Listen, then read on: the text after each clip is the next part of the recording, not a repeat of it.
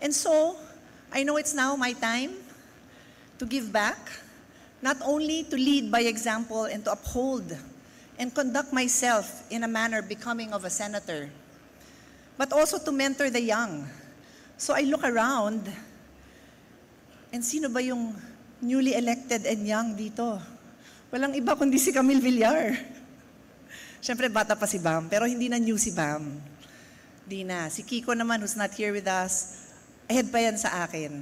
So si Camille lang, you're the only one I'll mentor, Camille.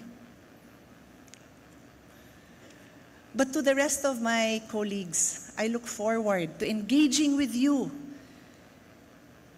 in healthy and heartfelt debates, to argue with you, and sometimes to fight with you to the point na I will not talk to you that day because mainit talaga ang ulo ko dahil hindi tayo nagkakasundo. Pero hihimayin natin ng isa-isa ang mga batas na hinaharap natin sa mga kababayan natin because they deserve no less. They deserve no less than people that they elected with different points of view, with different backgrounds, to argue their points, to find what is the best solution, and not to compromise just because it's easier to compromise, but to find the very best that the Filipino people deserve.